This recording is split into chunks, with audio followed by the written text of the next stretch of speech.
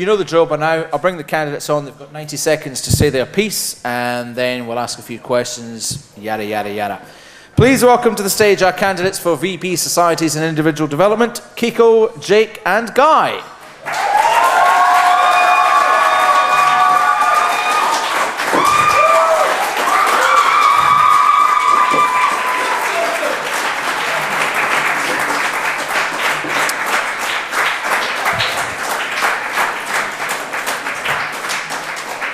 Thank you very much. Okay, the candidates have 90 seconds.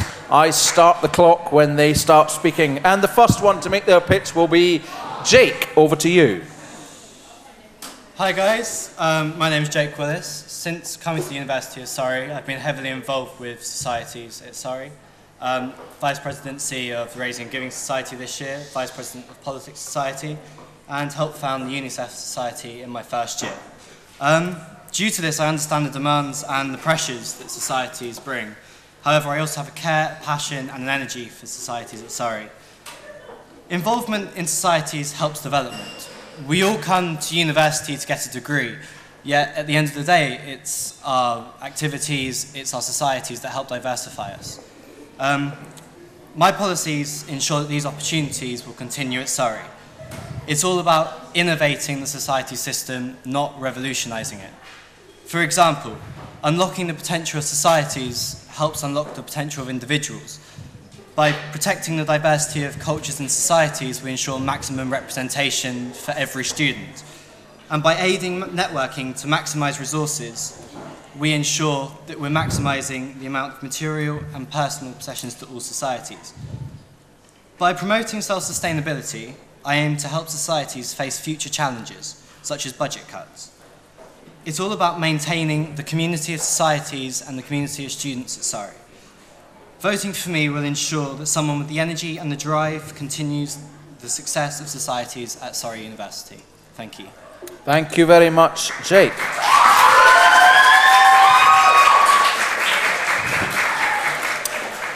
Sounds like your mother's in tonight, Jake. Over to you, Kiko. Hello everyone. Can you hear me? Pull it forward a little bit.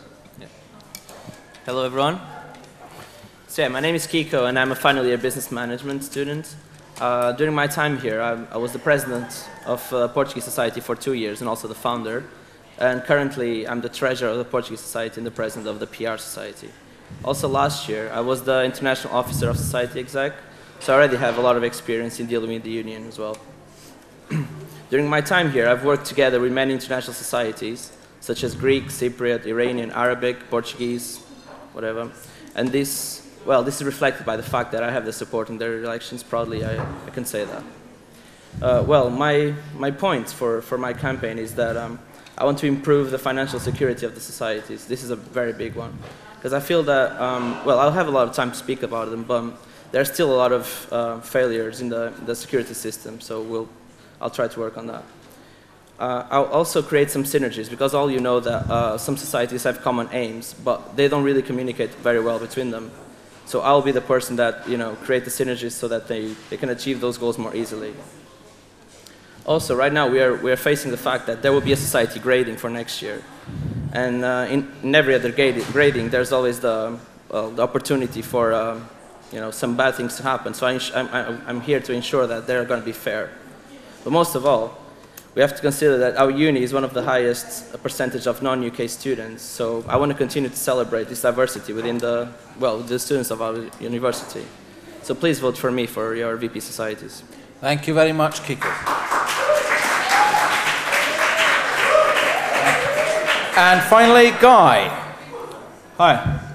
Societies are the best part about our university. We are incredibly lucky to have the system that we do. I'm Guy Geisen, and I'm running to be your VP of Societies and Individual Development. During my year in the position, I'll have 3 main aims, as well as working to keep all societies as awesome as they already are. My first aim will be unlocking the potential that Skynet has to benefit every single society. It can be used effectively and can really help every single member. Also, I'll run more training days based on what students actually want to have and what will help them in their lives. I also plan to make the inventory more accessible and improve the condition. so that every society can use it in the way it's supposed to be used. I believe I'll do a great job in this position, as I've been part of societies my whole life here. I joined GameSoc in my first year and became secretary straight away. I was secretary for 3 years running. I've also DJ'd with No Wave ever since I got here. Voting for me will ensure that someone who cares about, understands and appreciates societies is in a position to help them. Thank you. Thank you very much.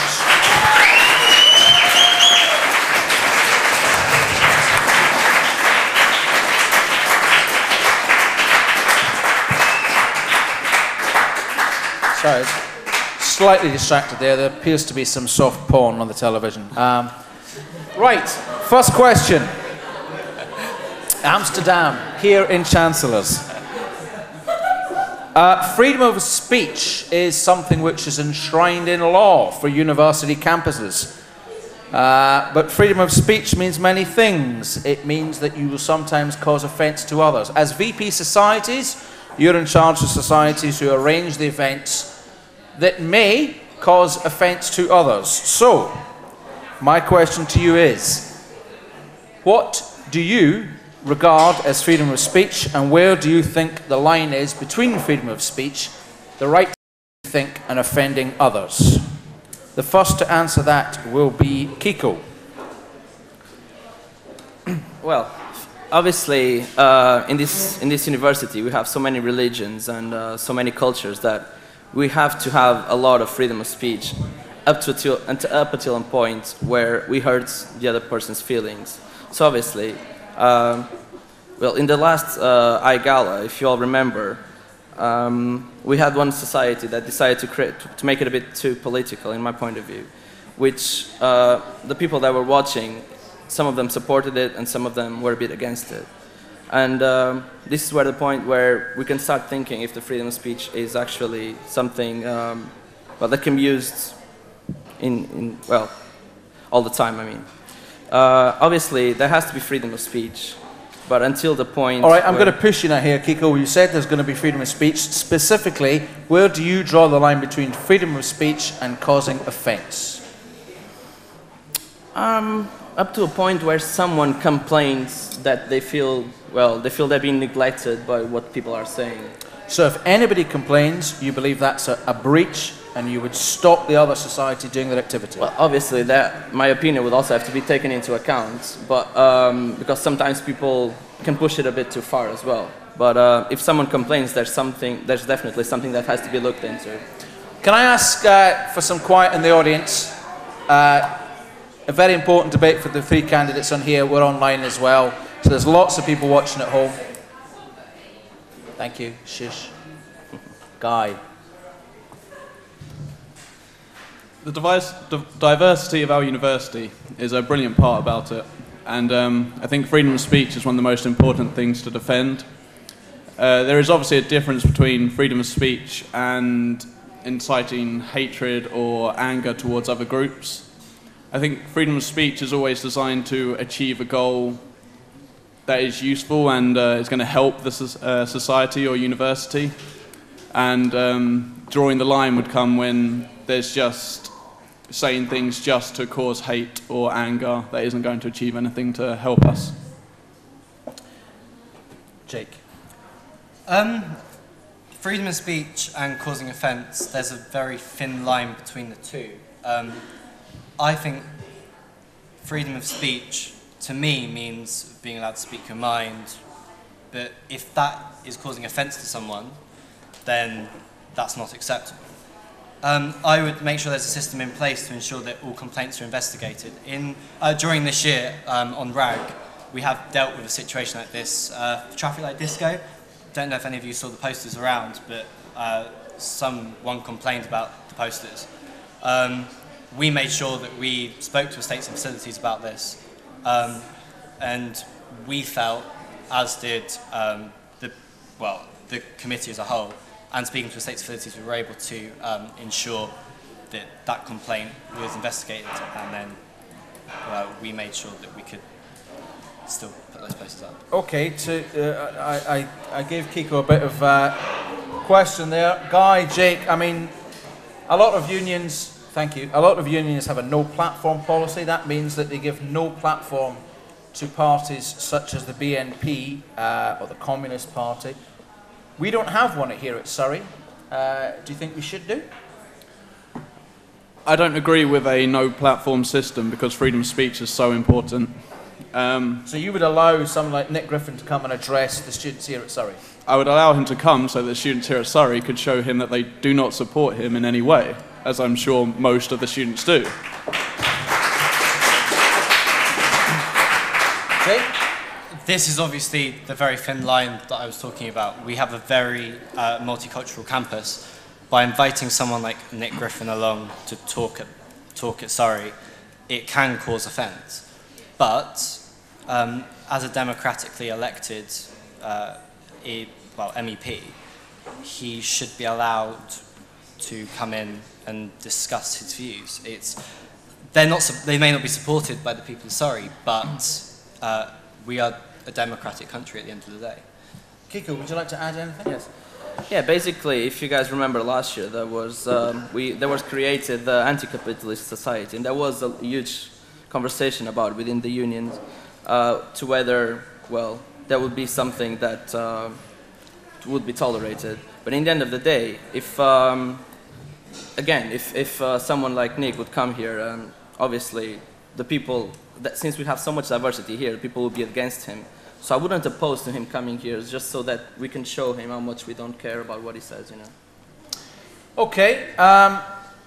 We have lots of societies do lots of interesting events. Some of them are in Rubik's, some of them in the living room, but some of the larger societies take advantage of the offers to run their events in Harper's and Dusk. The problem for you as VP societies is societies are free to do what they want, but by running events down the town, it takes money out of the Students' Union. How would you deal with that as VP societies? Jake? It's all about ensuring that societies have the maximum amount of help to run events.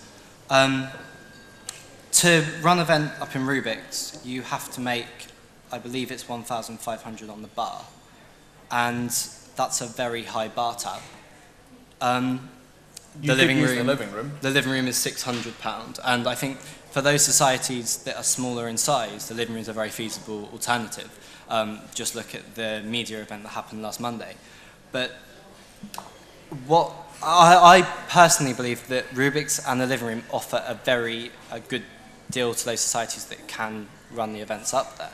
RAG have had these options. Politics Society last year held an event in the living room, and it was quite successful. But I think as VP of societies, I would encourage students to take advantage of the very strong resources that we have on campus. Thank you. Kiko?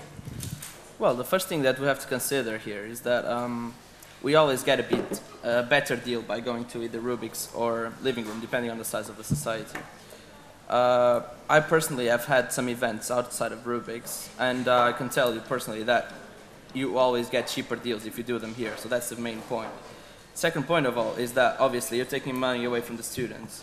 So, well, you know, if we are a students' union, if we're working for the students' union, obviously you have to ensure, well, not ensure, but make sure you explain what's the difference between doing it somewhere else and doing it here.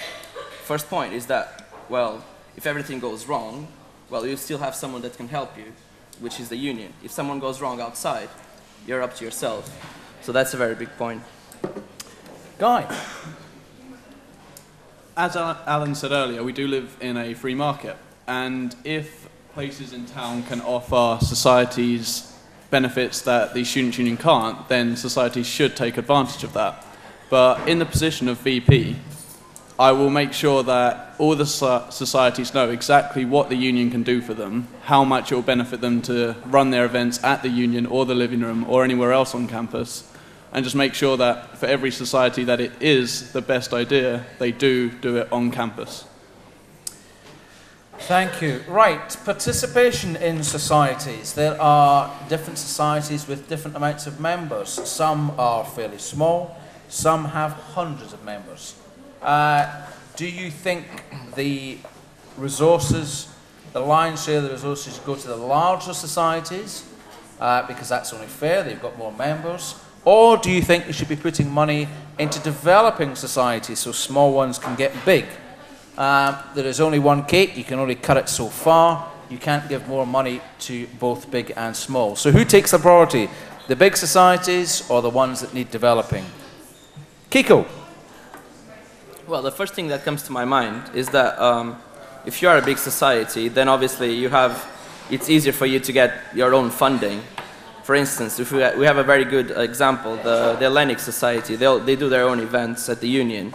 So obviously they raise huge amounts of money for themselves, whilst, for example, the Portuguese Society, they always had a bit of a trouble getting their own funding, because even if you do parties in the living room, not always they can be successful.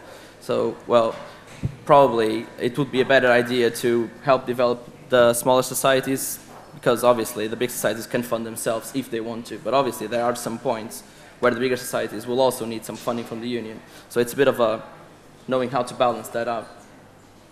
Jake? I think it doesn't matter whether you're a large society or a developing society, it's relative on what's being asked for. If you're asking for a lot of money and budget for something which is not going to benefit your society to a great effect, that should come under consultation. One of the policies that I'd like to bring in is greater consultations for budget. I feel that we have the AGM process, a new committee will come in, and the committee will be required to write a budget in a very short time. And that should come under a bit more of a consultation with the VP societies or the relative societies executive member. I will investigate setting up a fund as well for developing societies or new societies to ensure that they do have the same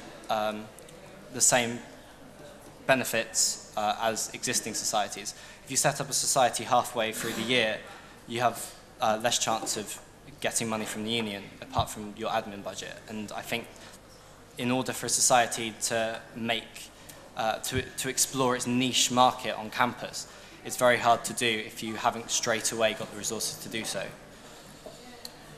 Guy? I don't think it's so much an issue of the size of the society, more what the society needs. There are a lot of societies on campus which don't need huge amounts of funding, no matter how big they are, and can be self-sufficient, whereas there's art societies and other things like this that need high amounts of funding to do the events they do. So I think it's more important to make sure each society is getting the funding they need, which the budget system really helps with and can help more this year now it's had experience.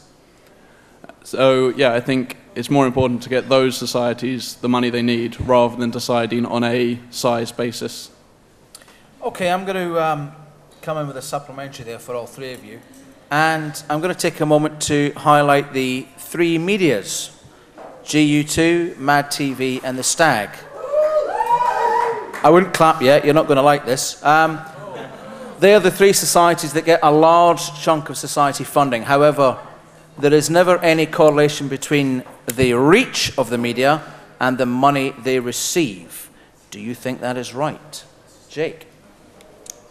I think this year the media societies have really started to develop themselves and be able to cement their niche market on campus. MADTV's had a really big increase in campus participation this year. The Stag, it's been really good to see that evolve. And GU2 have a really good variety of programming. Okay, that's all very well, Jake. You know, great programs, great stuff. Are people listening to the radio station? Are people watching MADTV? Are people reading the Stag? Should there be a link between the reach of the media and the money they receive? I think, once again, it's all about consultation. So the VP of Society should really be sitting down with the communications officer and potentially the president, because they also have a large say in what the media does on campus, with the media societies to ensure that the media societies are getting the support they need, but at the same time that there are aims and objectives in place to show that these societies are aiming to increase their mandate on society, increase their viewing figures, increase their reading figures. So you would give them some targets? I would sit down with them to make sure that they have achievable targets and objectives for the year. Guy? I think that a reward system would leave the media parts are one of the best parts about our university. We're incredibly lucky to have them. And a reward system would leave it so if one of them wasn't performing as well, they wouldn't be able to catch up because they wouldn't get the money. It's more important to make sure that they have the funds they need to reach more people than just rewarding them for already reaching more people. Kiko? Yeah, I think, well, both opinions are correct in this way, is that we need to ensure that even though we give them the money and they are all quite good, and this year they've stepped up so majorly, even though we're giving them the money, they're using it wisely, because we can reach to a point where we're giving them money and they just waste it. So we don't want that to happen, because obviously we are living in a time where we have to control our costs majorly. But the way that things are doing now, I think it makes all sense that they're receiving the rewards that they're receiving now. And well, for next year, obviously, this will have to be rethought again, using their targets and goals for the next year, and then taking it from there. Okay, so going to take some questions from the internet, and then we'll take some questions from the floor. So, if you had a criticism of the way societies are currently run, what would it be, and what would you do to change it? And we're going to go to Guy first. My criticism, if I had one, would be that many societies often find it difficult to advertise what they've got going on. Everyone knows that you can put posters around campus, but lots of people just ignore them now. You've seen so many. There are other forms, but sometimes it doesn't work that well. My solution to this is involved in Skynet and the benefits that it's bringing to us next year. It will be a lot easier to advertise your events, advertise what you've got going on campus, and a lot more people will hear about it, and that's really going to help next year. Thank you. Jake? My criticism would be that some societies can really exclude certain populations on campus. With the amount of bar crawls that go on campus, we sometimes forget that not everyone likes to drink. While they're really good to get to know each other, some cultures on campus don't really appreciate that. I think it would be a really good idea to introduce new ways for society members to get to know each other. One thing that RAG has done this year is increase a RAG rep scheme, which isn't possible for every society. We've been able to implement it because we're so big. But it's a good way for societies to come together, for all members of the societies to get to know each other. Run trips. For instance, we took a group of students to London to take part in fundraising. It's things like that to get society members to get to know each other instead of just alcohol-related socials, shall I say. Kiko? Well, my main criticism about societies running right now is that sometimes they look too much about their own committee and not trying to make it bigger. Many societies only have three committee members, when they can have as many as they want. During my time as president of both my societies, I always try to open it up as much as possible, because there's always next year, and if you keep your committee as short as 3 people, there's a big chance that you won't have people enough for next year. And if you're talking about smaller societies, this is even a bigger risk. So if you try to open it up to more committee members, maybe 5 or 6, like I've had more than that, then you ensure that for the next year, they will have enough people to take it on from there. Because this is a risk that small societies are facing nowadays, is that being extinct just because they don't have enough people interested. Right. Hopefully you're all bristling with questions on the floor. Oh, I see a MADTV question flying up in the corridor. Jamie's around with a microphone somewhere. I'll let you choose, Jamie. You can see the hands. Hello. This year they introduced a grading scheme for societies, or there's been, sort of, Osama was working on a grading scheme that has been talked about. How are you going to use that next year? And how do you think, for instance, particular student-run services, people like Crew and the medias who put in a lot of their own time in a different way to some of the other societies do, can be recognised through that, or stuff? How are you planning on using this in your year? Okay, a bit of background for the audience. A scheme that's being worked through at the moment is a benchmark and grading scheme for societies with various levels that societies can move up and down through, and there'll be various measures and things like that, so it gives something for societies to work towards. Jake? My worry about the grading system is that it can give societies an unfair advantage. I feel that many of the big societies on campus already would get the maximum amount of points, and therefore I think it's still the gold, silver and bronze system that the Sun was putting forward. But my worry is that, say, a large society gets gold and a departmental society which doesn't have the same outreach as, say, MADTV, the Stag, RAG, for instance, have. And therefore, it can seem like they're being penalised because they don't have the same resources of members. I'd make sure there's fairer criteria to make sure that those societies that may be small in number, but are meeting, say, their aims and objectives for the year, are able to reach those higher positions. Guy? Well, this grading system is really Osama's thing, and the most important part of what I'll be doing will be the handover period. I'll spend a lot of time talking to Osama. I already have talked to him about this grading system, but in the handover period I can learn more about it. I do have some worries about smaller societies not being represented how they should do, but it is a good system that can benefit everyone. And yeah, there's some things that need changing, but I think it can be good. Do you not think it's fair that a society like Islamic, who work hard, have hundreds of members, run lots of events, they run an awareness week, they take part in Eye Festival, they have a great membership list, do you not think that that work should be rewarded? I do, but it also needs to take into account growth of members. I joined a society 3 years ago, GameSock, barely got enough people to have the AGM. Over 3 years we've turned it into a huge society, lots of members, over 40 people turning up every week for it, lots more coming and going. I believe growth has to be rewarded as much as just size. Kiko? Yeah, well, grading scheme is, well, so far it's still a project, so obviously there aren't any final answers about this. From what I know from Osama, I think he dropped out a bit the idea about the gold, silver and bronze. It's because it would make it a bit unfair if you're called a bronze society just because you started off. So from what I know, that's been dropped out for now, but there's still a lot of ideas going on. So to be honest, I'm not sure what's the final idea on Osama about that, but I'm not 100% sure, well, I'm not 100% towards it, just because, again, like a guy also said, it wouldn't be very fair for a small society to just be rewarded as bronze just because they don't have enough people coming to their events.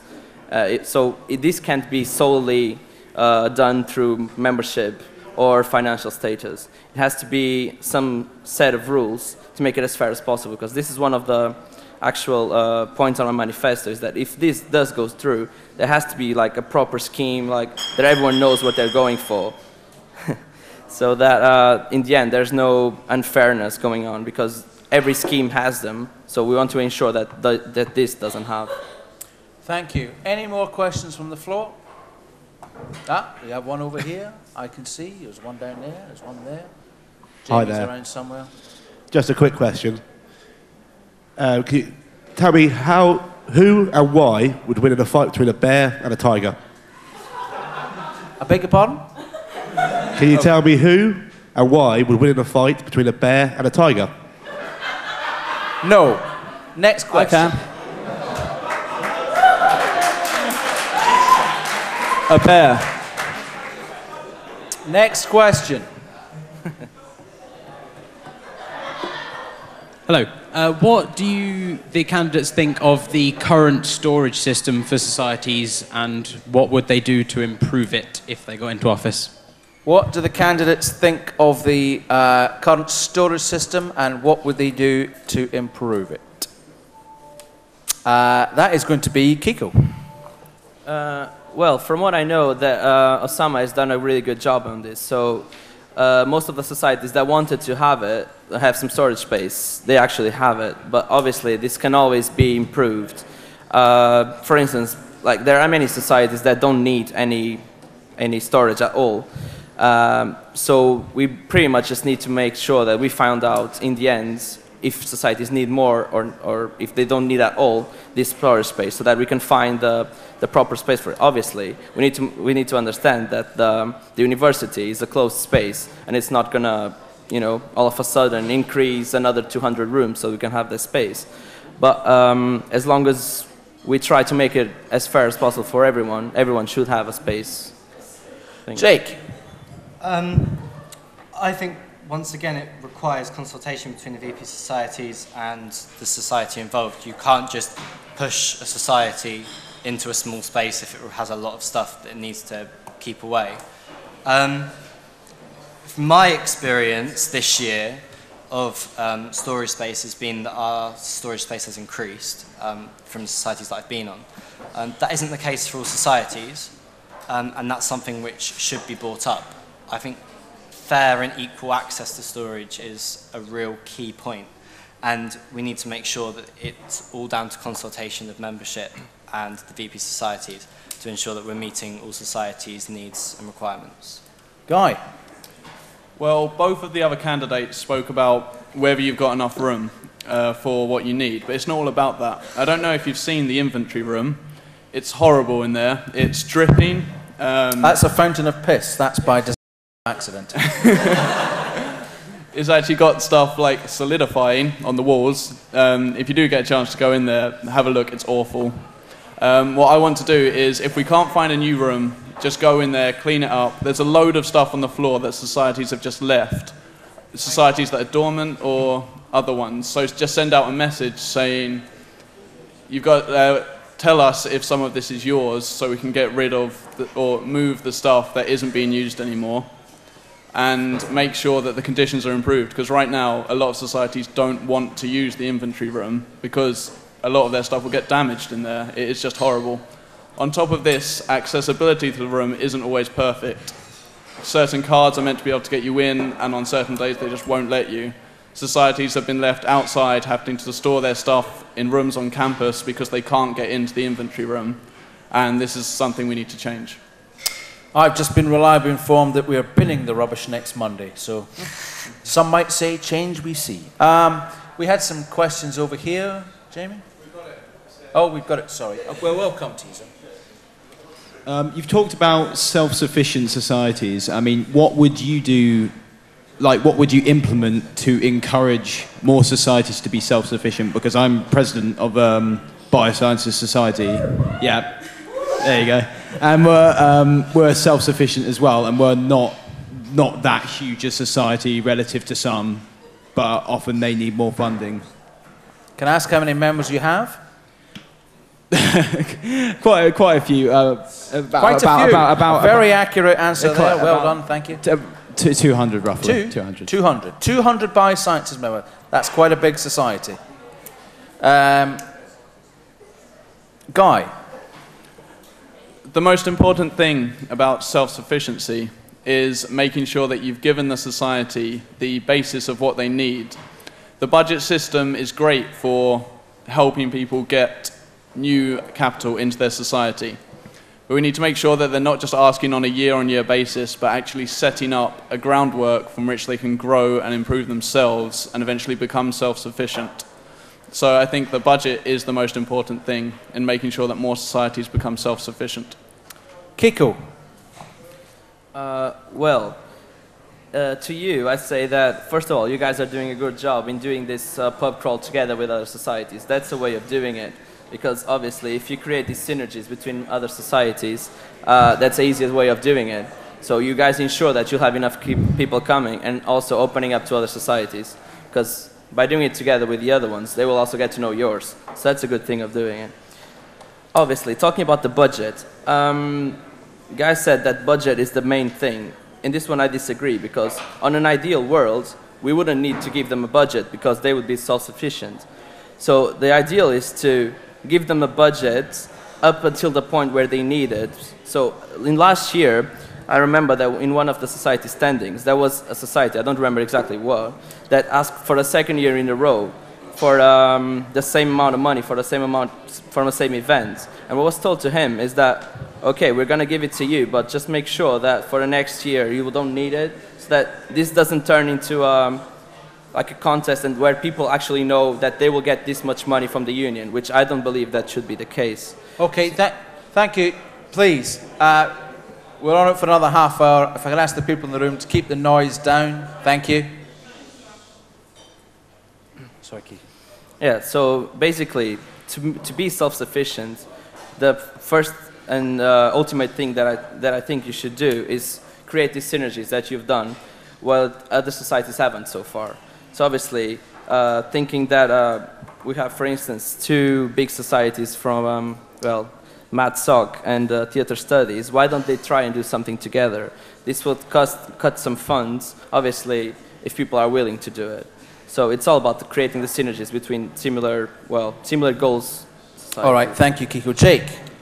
I think it's very important for societies to face the fact that the amount of money in the pot for all of them is decreasing. Why do you say that? The union's going through, well, it's not going through, but the amount of money for societies is decreasing. Is it? Well, with RAG this year, we've had to face the fact that we didn't get a grant, we were instead given a loan. Not necessarily meaning that money for societies is less, just meaning it didn't go for RAG. Actually, the funding for societies has been maintained through the cuts. Okay, so the amount of money is being kept the same. I was told otherwise by the president of RAG earlier in the year. But I think we need to get a system in place where societies are generating their own funds. For every X amount spent, societies should have an aim in place to receive X amount back. Not every society can have the same targets. So, for instance, the society I'm on, for every £1 we spend, we aim to get 4 back. That isn't possible for societies, but I think that's one thing, that's a target and objective that societies should have in place. Thank you. Sorry, you've been waiting patiently. Over the past year, Musical Theatre Society and Theatre Society have both been set up, and the arts are on a constant increase across campus. Obviously, Ivy Arts Centre is just about to open, so that's used to GSA as well. And Kiko just made a point about Theatre Society and Musical Theatre doing something together, but obviously that's gonna, it's a whole point of making societies merge. I didn't say they should be together. Yeah, but like the idea of them merging. So at the same time, we need the resources to rehearsal space, access to performance space, and also funds to produce big shows. Like, how can you like guarantee that as for us to have our space that we need and the funds we need? So, access to university facilities for specialised societies, big pressure on university space, lectures running on later, more students, more courses. What can you do to get that space for those societies? Jake, we're going to start with you. If you can keep your answers brief, please.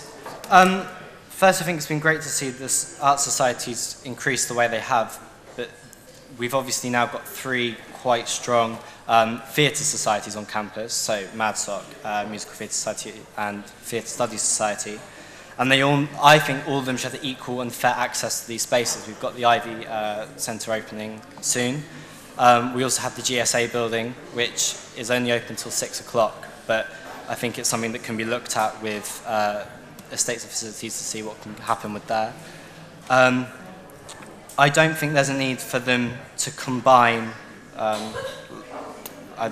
in reference to your question, but I think it's important to look at rehearsal spaces for these societies, especially in relation to the Ivy Centre, which is opening, GSA buildings, specialised spaces for these societies.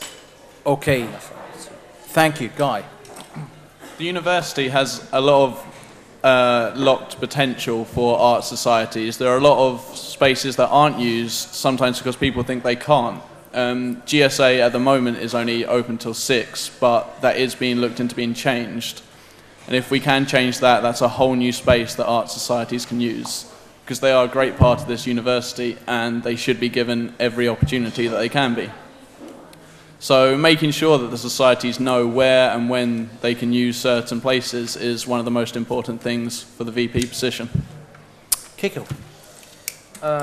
Yeah, so basically, I also want to add something to that, is that we also have the Surrey Sports Park that people already spoke about for VP Sports. But they actually also have rooms that people can use. Obviously, they are completely overbooked, so it has to be something really looked into it, but that could be an alternative for you guys. As for the other, obviously, the other candidates also already said that the GSA is already being looked at to increase the amount of hours that they're opened, and that will also give you guys more time to rehearsal. Because with 3 societies at this moment looking into theater, obviously you need a lot of time to practice. So yeah, we have the facilities. We just need to optimize them into a way that everyone can use them in a fair way. I think that's the point he was making. What we really need to get down to the nub of is how are we going to do that?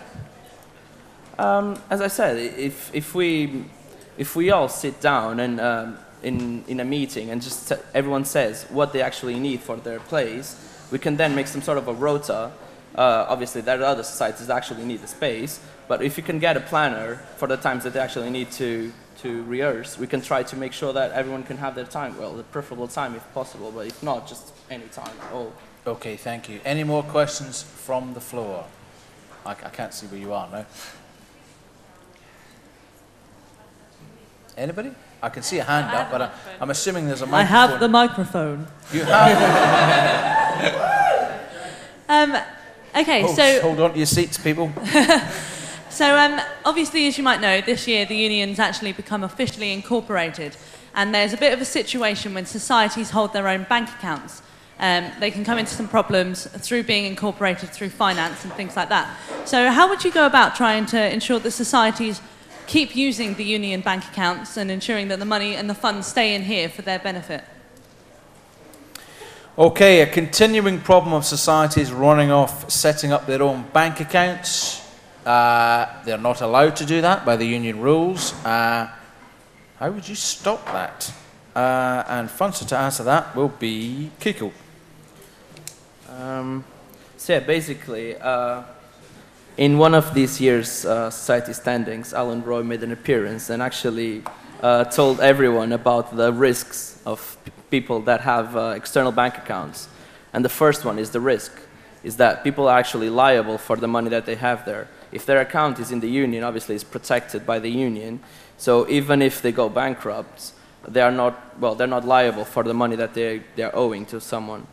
So obviously, there's something that the communication has to pass to all the societies, probably already in the society training that's coming up after the break, to make sure that everyone knows their risks if they want to make them, which it's not intended to be, because the money is supposed to be within the university and the union, so that it can be used only for the union members. Thank you, That Jake. answers your question.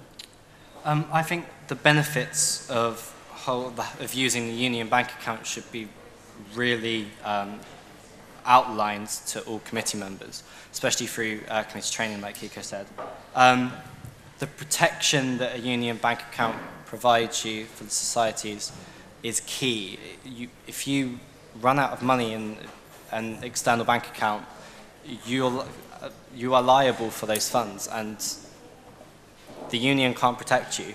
It's very high risk, and I would say that we have a very good finance manager, we have a very good finance system within the union, and I know that from the societies I've been on, it's very important to utilise that to your advantage. You can get some very good advice, which you're not going to get at the external banks.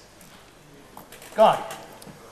We need to make sure that from the very beginning, from training, from AGMs to society standing, that people know that it's not only unwise to put money into private bank accounts, it's also just not allowed. People don't know this and they're going to do it. So letting them know that the benefits available to them from the union, as well as just the fact that it is actually in the union constitution that they do this, will make it clear to everyone what they have to do. Thank you. Buttons, you had a question, I believe.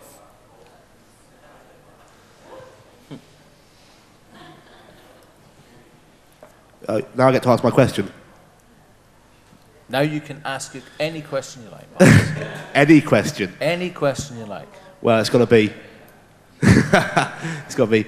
Can you tell me who and why will win in a fight between a tiger and a brown bear? Now, you've had plenty of time to consider this important issue, so I want you to keep your answer within 5 seconds from my right to my left. Who's going to win a fight and why between a tiger and a brown bear? Guy? Brown bear, it's a matter of size and power and strength. Jake? I'd say a tiger because it's on its 4 legs, it can hit it right in the stomach. Kiko, we've got 1 vote for each. You've got the casting vote. I'm going to go with the tiger because I think it's faster, so definitely has the advantage. Right. Do we have a question from the internet? Lots of comments on the internet, not all of them wholesome. You're all in violent agreement with each other. Do you all love each other? What's going on? Right, a question from the floor. You got one there. I don't know where the mic is. Ah, there it is there. Thank you. Nice and clear for the audience, please. What way would you realistically keep up to date with societies with what they're doing and thus possibly help them with any future potential problems that they might run into, rather than letting them run into the problems and then helping them out then? I'll get that. All right. Guy, you're first. One way to keep up with what's happening within societies is to have a more personal approach to society standing and make sure that you talk to the societies individually, know what's happening with them. Don't just let them come in, leave without actually putting forward any of their own views. Another is making it clear that they can contact you at any time with problems or issues. And using Skynet, again, this is another thing Skynet can benefit. With the system that we're going to have, it's going to be much easier to correlate what's going on in all the societies and make sure that any issues are being dealt with straight away. Kiko. Obviously, we have a very good opportunity to do that in the next upcoming society training, where there's a chance that everyone will be together, so you can outline the major problems that previous societies have been faced with, and prevent them from happening by just stating them, using case studies, for instance. Obviously, another way to do this is to have more regular meetings. So far, I know, well, from what I know, I think that you actually only met the VP societies once for a formal meeting. So why don't make it more regular so that you actually know what's going on and not only once every year? Jake. One way I'd really like to make sure that the VP of societies and the societies executive know what's going on with societies is to create more opportunities for these societies to get together and discuss issues relating to them. One idea that I'd like to put forward, if I get voted into the post, is as well as having society standing once a month, also having an opportunity for the different groups of societies to get together and discuss and negotiate. This would be done via the society's executive member for those groups and fed back to the VP societies, and then larger issues discussed at society standing as a whole. I also think it's important for societies that have real issues to know that the VP of societies is there to support them. Not all societies do know this. If societies have an issue with the way something is being run, it's important to put your point forward. Thank you. Right, almost at the end of our evening. Societies give us many interesting entertainment events upstairs and downstairs. VP societies can be thought of as the Minister for Fun. So you are now going to prove to the audience how you too can be the Minister of Fun by giving us one verse or chorus, up to you, of your favourite song.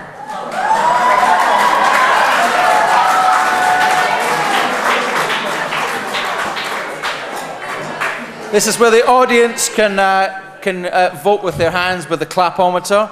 And I'll give you an option of who wants to go first. Who wants to step up to the plate? I'm good. Guy?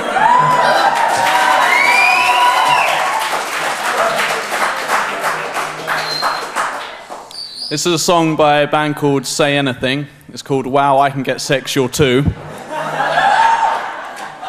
The main verse goes, I called her on the phone and she touched herself. She touched herself. She touched herself. I would sing, but you'd all hate me for it. Tom! There's no external assistance allowed. Okay. The instruction was quite clear. Give the people what they want, Guy. I called her on the phone and she touched herself. She touched herself. She touched herself. Charming song about wanking there. Jake.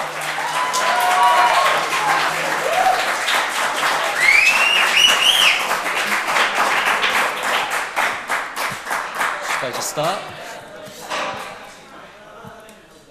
I have no idea what to say. My mind has gone blank. Something about masturbation.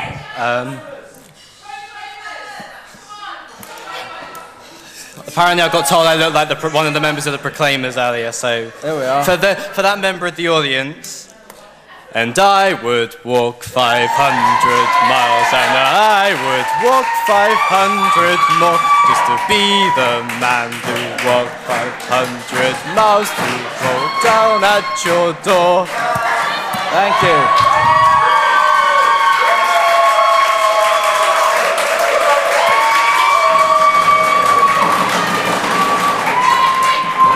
Kiko.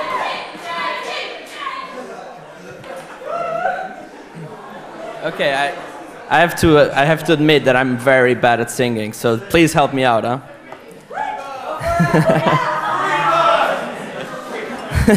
Hear me now.